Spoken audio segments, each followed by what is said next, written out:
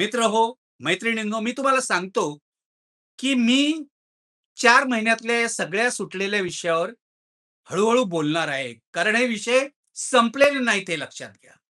पश्चिम बंगालमध्ये भारतीय जनता पक्षाला बदमाशी करून कसा विजय मिळाला किंवा अजित पवारांच्या मृत्यूमागचं गूढ काय आहे? त्यांचा खून केलाय का कुणी?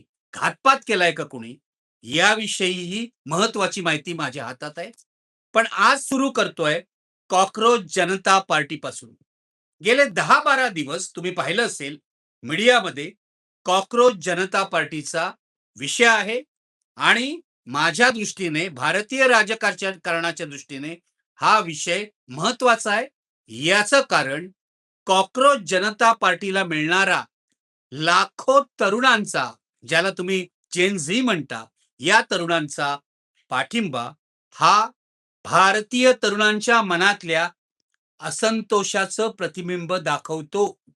त्याच्याकडे दुर्लक्ष करू नका, त्याला हलक्यात घेऊ नका, त्याला लाईटली घेऊ नका, असं मी वारंवार फेसबुक आणि ट्विटरवरून सांगतोय. आज कॉकरोच जनता पार्टीचे संस्थापक अभिजित दिपके यांनी एक महत्वाची घोषणा केली. ती महत्वाची घोषणा म्हणजे ते स्वतः अभिजित दिपके हे भारतात येणार आहेत. आपल्याला माहिती होतं, की अभिजित दिपके भारतात नाहीयेत.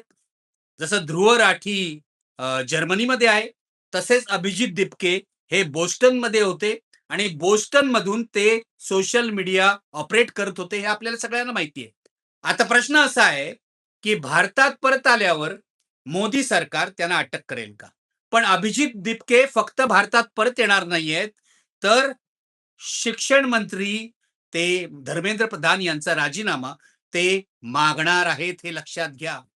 आणि ते एकटे मागणार नाहीत, तर दिल्लीमध्ये तरुणांचं निदर्शन ते घडवणार आहेत. याचा अर्थ सोशल मीडियावरून जी कॉकरोच जनता पार्टी निर्माण झाली, ती कॉकरोच जनता पार्टी आता 6 जूनला दिल्लीमध्ये रस्त्यावर उतरणार आहे आणि शिक्षण मंत्र्यांच्या राजीनाम्याची मागणी करणार आहे.